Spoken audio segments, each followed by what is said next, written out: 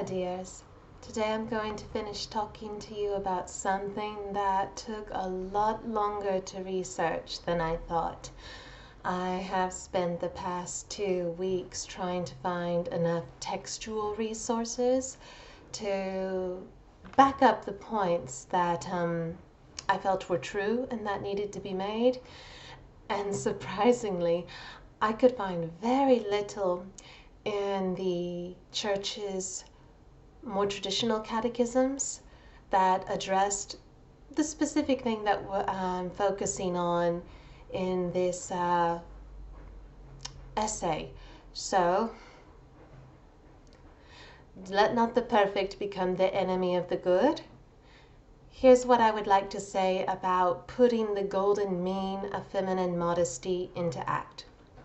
The first question I'd like to address from many both female and male skeptics concerning as to whether this topic should even be discussed. Why does it take any sort of effort? Why do we need to worry about something as material as our clothing? Isn't it enough to be simple of heart? And I don't think that point is usually made in good faith. Sometimes it is, a lot of the times it's not, because obviously it is possible to have no real care for what one wears. But what that looks like is a religious habit, or it looks like clothes that are in fact just very simple. If you're actually going to be simple, if you decide, I'm not going to walk this tightrope between beauty, fashion, and reserve and modesty, I'm not going to walk that tightrope, I'm just going to fly, then you'll end up looking like our dear religious sisters do in their habits. They're not trying to be deficient in dress in any way, and they're not. They're very clean, very orderly, but they simply do not attempt to show their body. And it does take industry and cleverness to make clothing particularly attractive and beautiful. The nature of weaving, for example, is to make a big rectangle. It was quite a long time before we started playing with clothes as we have in the modern era, and that only happened when weaving became more and more efficient, when clothing became cheaper. I highly recommend a series, I believe by the BBC, called Masterworks. It's a series of competitions. The documentary on weaving is amazing, and you'll see one of the young apprentices break into tears as she cuts up the fabric she weaves to make it into a rather more fitted modern jacket, because it figuratively cuts her up to cut up so much work. So honestly, simplicity looks like a religious sister, or it looks like as in the secular world, women who have dedicated themselves to a religious vocation of another sort. People like Mary Wagner from Canada. Look at the way she dresses. Again, pure simplicity. She does not put a great deal of time and money the way other women do, and there's nothing to say against her dress. It's perfectly modest, and it really shows forth the beauty of her soul. So we have an example of what real simplicity, real flying looks like in the case of clothing. And if that's what you want to do, maybe you are called to that kind of higher vocation. But if you burn, as St. Paul put it, then you're going to have to walk the tightrope. You're always going to be drawn between the things of this world and the things of God. Things that are attractive and pleasing to your husband, things that make you approachable or perhaps competitive, as the case may be. And you'll constantly have to check your personal pride and, well, the line of giving people a beautiful thing to behold without showing the beauty that could arouse concupiscent desires. So, if you want to walk the tightrope, then we do need to keep talking.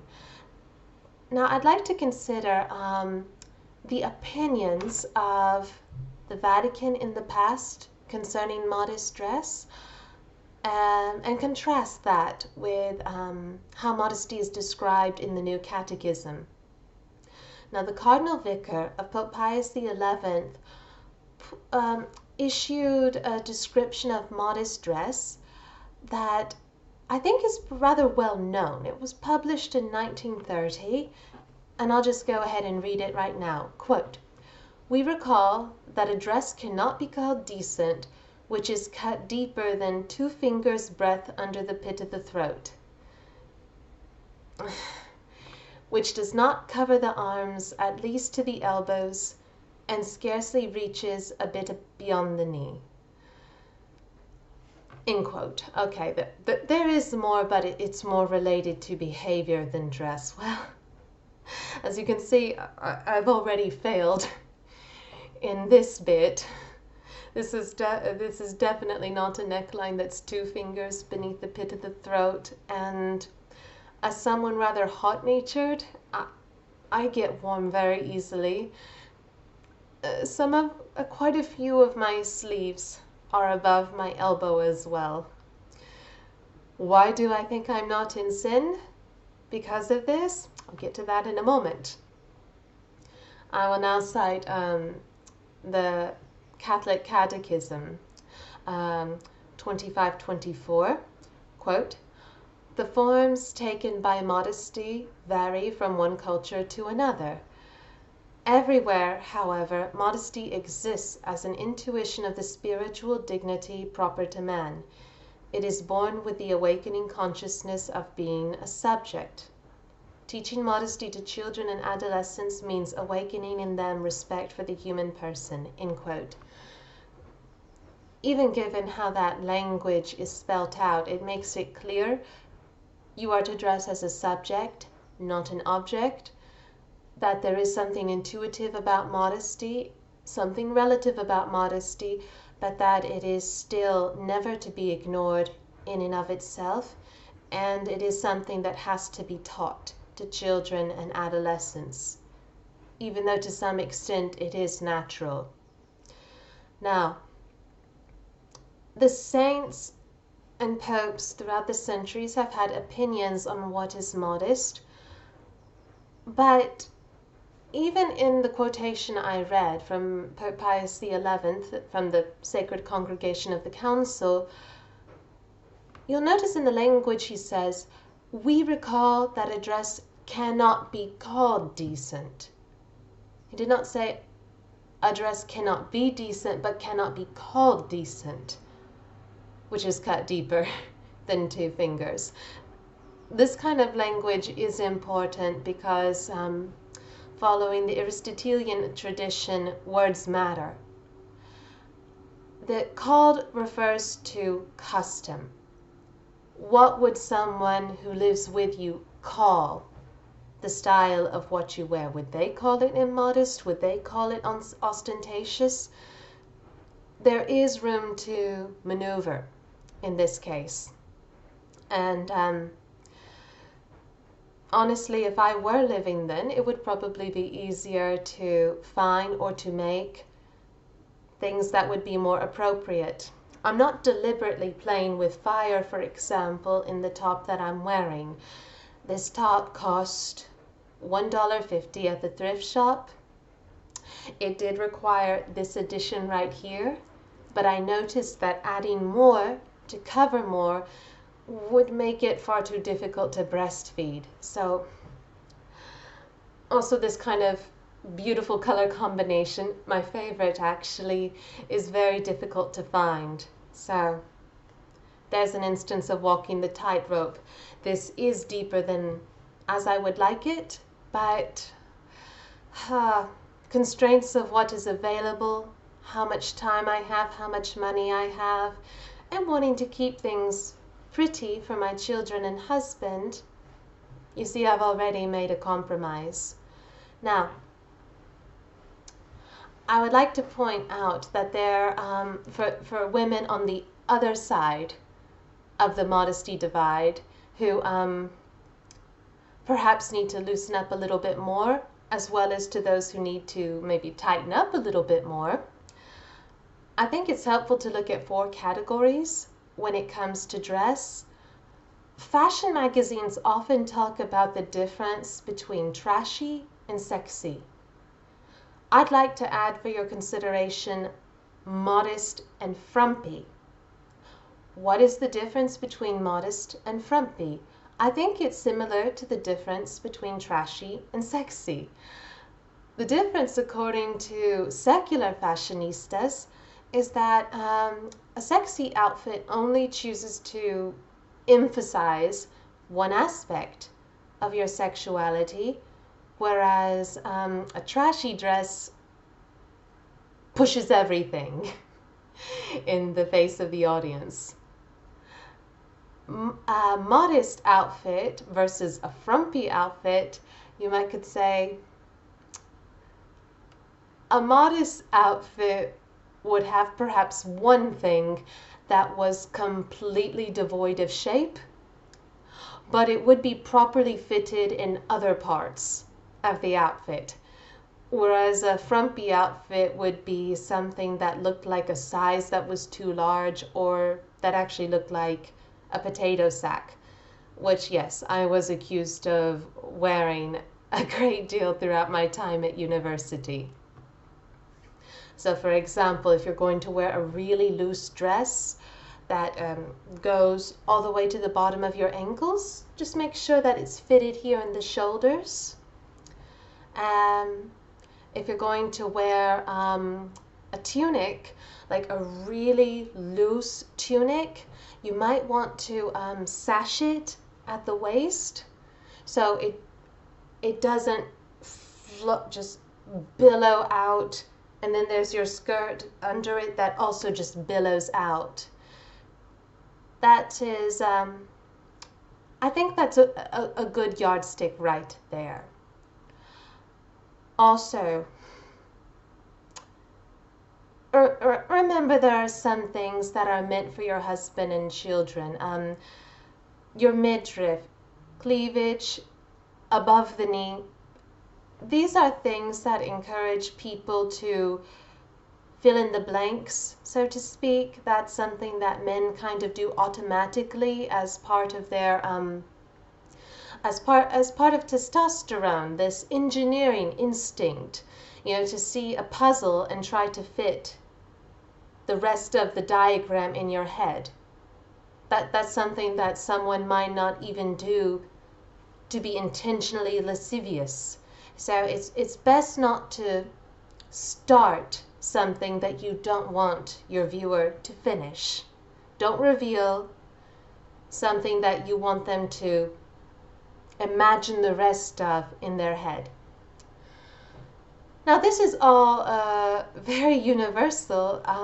Someone might say that I'm not giving any concrete examples, so you just have to know to whom you can turn to for real instruction. When it comes to how ostentatious or maybe odd an outfit is, we all have our likes, I think, for maybe something that is extremely colorful or very ornate, or in my case, as medieval as possible. Turning to women is a good thing for that. Other women are determined to keep you socially acceptable, and they're going to know how ostentatious a dress is. Whereas men, obviously, know what a provocative outfit is because they are the people who are provoked. That said, when you're taking instruction from other women, do balance their point of view with either excessive pride for you or excessive pride against you. It's unfortunate that some mothers are very proud to encourage their daughters to reveal perhaps too much, because of their pride in their daughter, because of a want for worldly success. Not all mothers do that, especially very pious mothers don't, but that is something to bear in mind. And when it comes to other women, envy can be quite a motivating factor. I remember when I decided to stop wearing swimsuits and start wearing swim dresses, I did not want this fact broadcast. It's not something I think other women need to do. It's simply my attempt to kind of shift the Overton window. I know it's an extreme thing to do in the current climate, but it's what I feel comfortable doing. I actually don't feel comfortable in public, even in a one-piece anymore, so I wear a swim dress. And it makes me feel at ease, and it makes the woman in the one-piece feel normal. Whereas if she were surrounded by other women in bikinis, she might feel like a Puritan. The weirdo in the swim dress makes her feel completely balanced. So even when you're getting advice from other women, do take that into consideration, especially in the traditionalist group.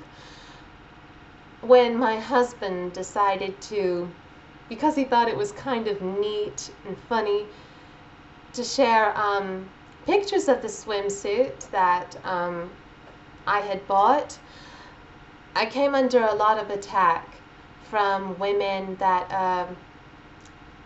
are in the, either just the Catholic, the neo-Catholic milieu, but also the traditional milieu. Only the secular women refused to judge me based on this. Everyone else was very judgmental, and you have to bear that in mind. Sometimes you might make a decision to be a fool for God, and other women won't understand.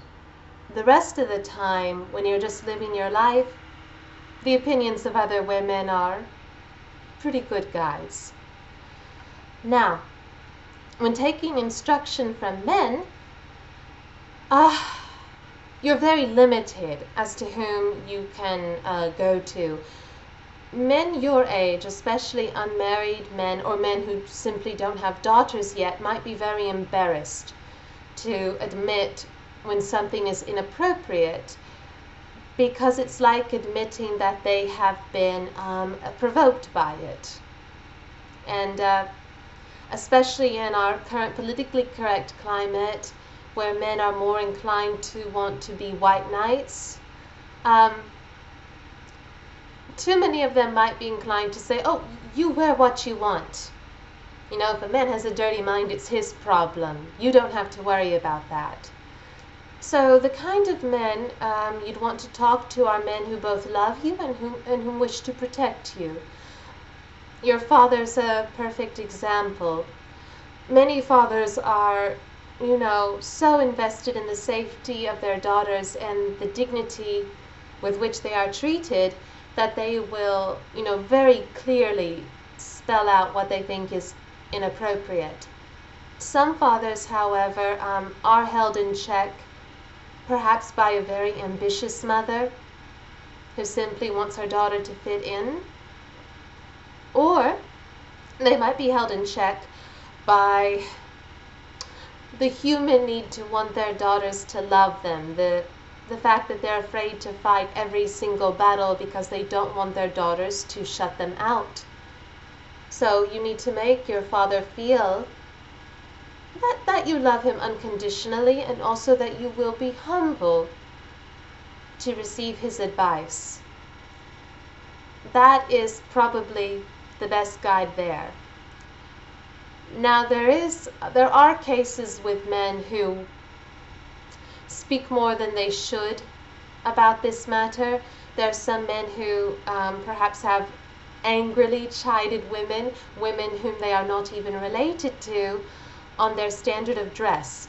Now, just because someone was nasty to you doesn't mean that person is wrong. I'm sorry, but just because a man makes you cry doesn't mean that the point he's making doesn't have substance. Even if he was wrong to speak in such a condemning way, that doesn't mean he doesn't have a point. So, I've been chided twice in this fashion. Once as a teenager, I had a very baggy black skirt. I got it it was a hand-me-down from one of my cousins. You know, it was the 90s. You can imagine how baggy it was. There was a slit on the side that went up to the knee.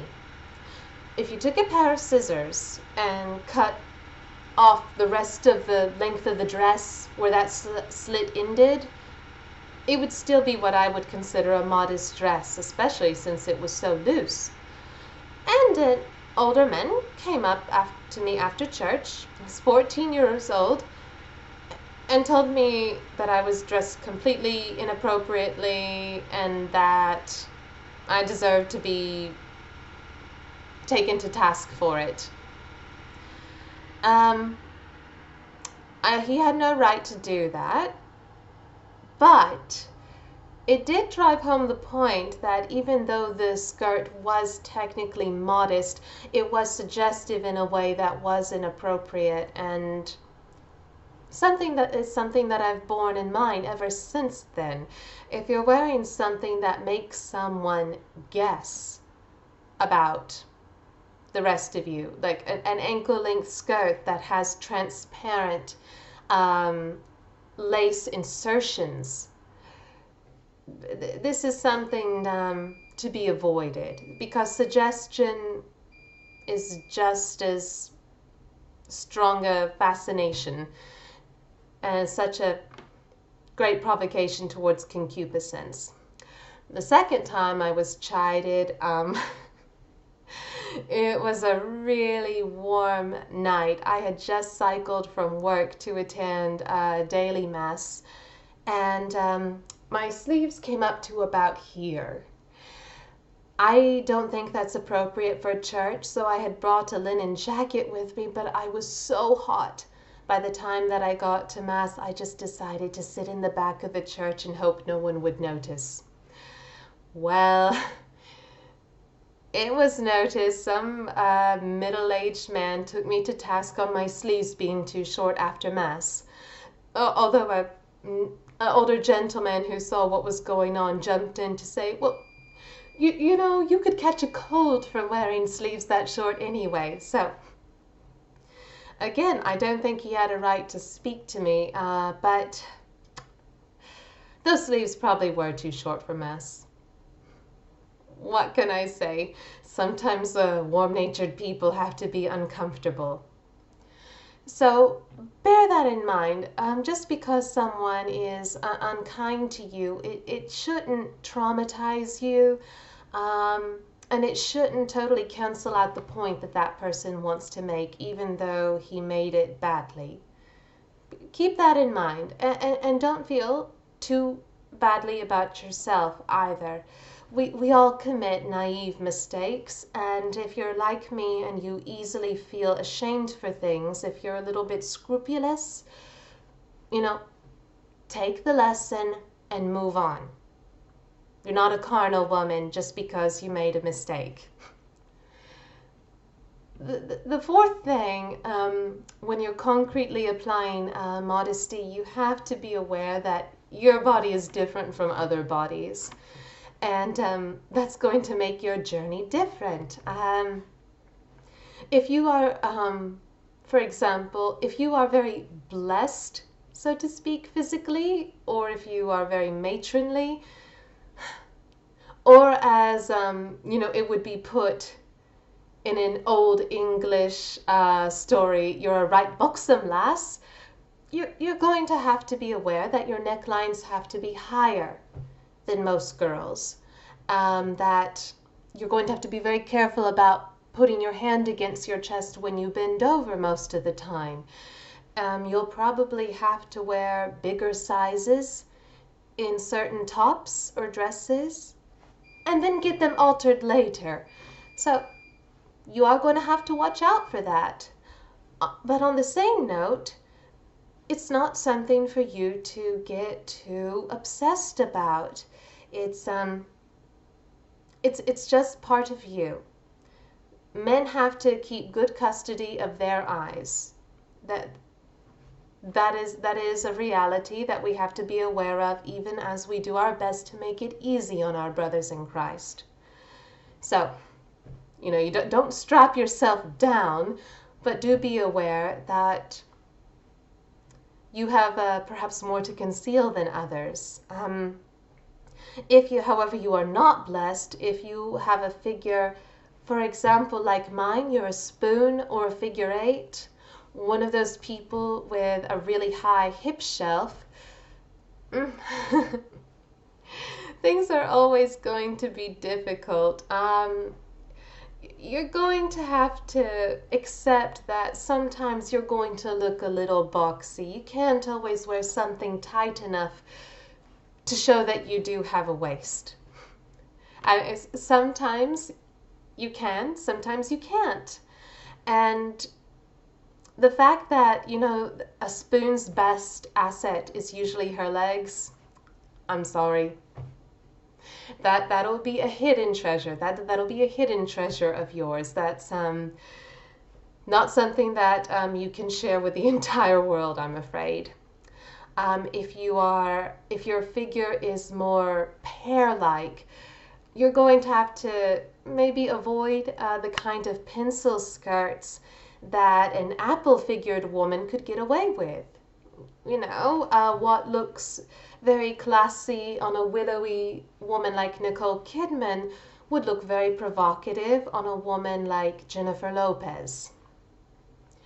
For all of you scrupulous women too, you can relax according to certain parts of your figure in ways perhaps other women can't. If women who have smaller chests don't have to worry about their neckline so much.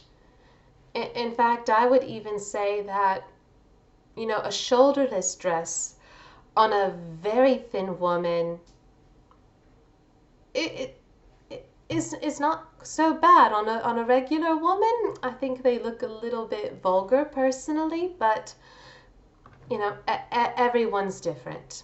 Everyone's different.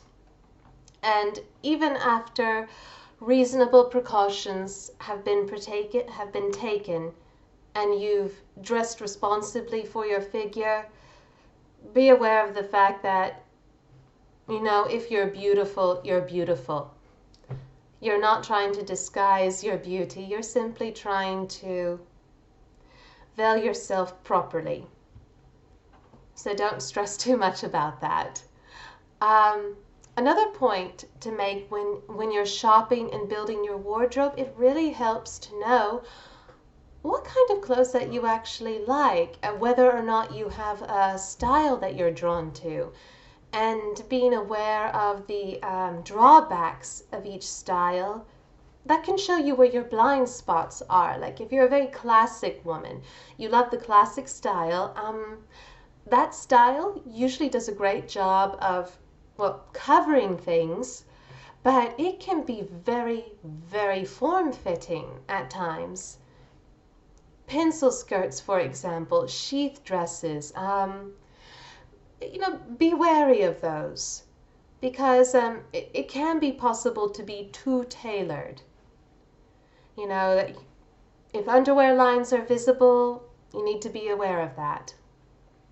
Women who prefer more boho or hippie clothes, those are very free-flowing, but you're going to want to watch for too much transparency in the fabrics that you choose.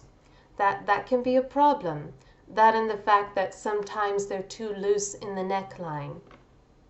So, the boho or hippie would watch for that. Women who like really dramatic or romantic styles, you're going to have to watch your wallet and not be too prodigal in how much you buy. Um, and you're not always going to be able to dress like a princess. You're going to watch for fabrics that are perhaps too luxurious, for styles that are too ornate to be worn practically. That's the usual shortcoming for those two styles. If you prefer rugged clothing, be careful not to lose your femininity in that. It's not something you have to lose by liking rugged clothes.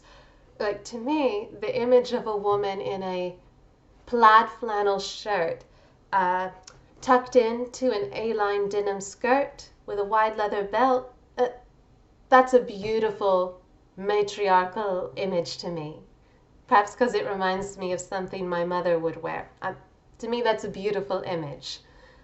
But do be aware that sometimes rugged clothes can bring your femininity down, but just having one feminine piece is enough, in my opinion, to completely transform it and make it something very special. Then, of course, the practical matter of what kind of clothes you need. Do you do a lot of dirty jobs? Do you need different clothes for being at work versus being at home? For when you go to church, for special occasions? At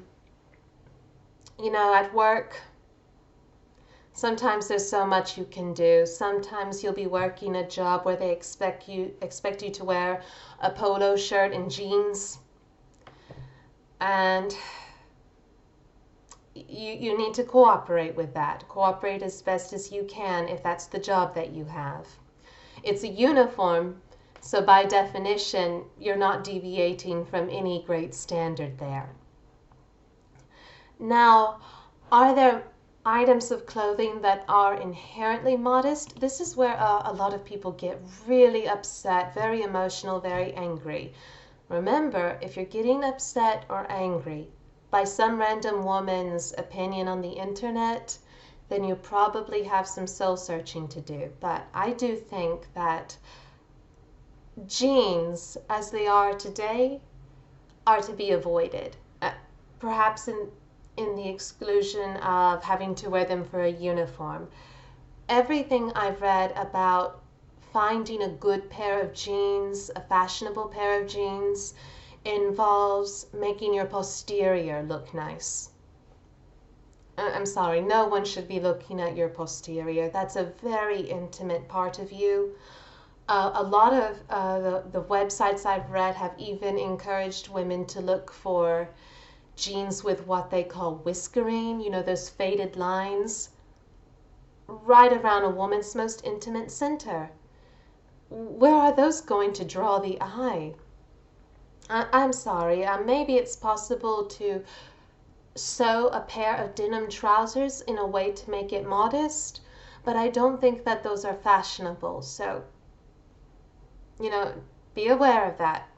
If it was a pair of denim trousers that looked like a pair of gauchos or a pair of harem pants, I actually think there's no problem with that. But fashionable jeans, watch out for those. Tops that have these transparent or lacy blocks, especially on the shoulders now, are very popular. And I'm sorry, even leaving modesty aside, I don't think that it's very attractive to show your underwear, to have underwear revealed through the clothes like that. I just don't think it looks very pretty. I guess you're supposed to wear strapless underwear with it. I'm not sure. It's, to me, an example of how fashion designers do not design clothes for women, that they are completely, I think the word is fecundophobic. They have they abominate signs of fertility in a woman, bosoms, wide hips, fat deposits for nurturing a baby. It seems like clothing designers hate these things, and that they're only designing clothes for basically people who have the figure of boys. So maybe when they design those tops, they're imagining someone who doesn't even need a bra underneath. But I don't think that those shirts should really be worn unless you sew perhaps a layer of fabric underneath the lace, which is what I do when I like one of those tops. It's a very easy hack. Leggings, frankly, I treat leggings the same way I treat tights or my bare legs. I wouldn't wear anything with leggings that I wouldn't also wear bare-legged. I'm sorry, I see underwear through the fabric of leggings all the time. I know the color of women's underwear, see their panty line. And again, it's something that's not simply immodest. It does not look nice. It looks like you forgot your skirt or you forgot your shorts when you simply wear leggings and nothing else. Bikinis. Consider the name of the bikini. Why is it called that? It's named after an island where bombs were tested, and the very designer said that they designed the bikini to have the same effect when a man looks at it. And I don't see how anyone can think that by simply deliberately obscuring your reproductive organs in the most minimal way possible, how is that not provocative? And even if a man does nothing but walks by you, imagines how you look underneath and walks on, is that what you want to be in the eyes of others? And is that what you want to provoke in a man? Remember our feminine chivalry. We must have compassion on a man's weakness in that respect. So, by contrast, I think tankinis are a great step up. I think a one-piece swimsuit is probably in the middle. And then I like my swim dresses personally. So, yes, do consider whether or not what you're wearing is something inherently immodest. Now, modesty hacks are a great thing to have under your belt for working with the wardrobe that you have right now. I'll include a link in the description to one of my favorite sites, which includes things that you can wear to fix a neckline, arm extensions to fix sleeves that are too short, skirt extensions, basically slips with a nice long trim at the edge to make your skirt a little bit longer. There are things that you can sew yourself. You could put in your own bits of fabric or lace. There are so many ways to work with what you already have. And as we part, I do want to remind you that this is something that can be achieved. This is not one of those expressions or exercises of virtue that constantly needs readjustment, as most interior virtues do. This is something that you really can get into the swing of. This is something you can achieve. So it's very important to accept when you think you've gotten there, to not keep worrying about it and keep thinking about it. If you are a woman whom everyone considers modest and you're watching this video, maybe it's time to leave this subject behind. After all, this physical action of what we put on our back does not sanctify us. It can be a distraction for not addressing another problem that we have spiritually and that we need to tackle inside. So I think if you observe these points, maybe share your own points in this particular struggle that the modern world does make difficult. I would be happy to read those in the comments, but do bear in mind, this is a battle that we can win. This is a culture war that we can win. God bless you, and I hope you're having a very good Lent.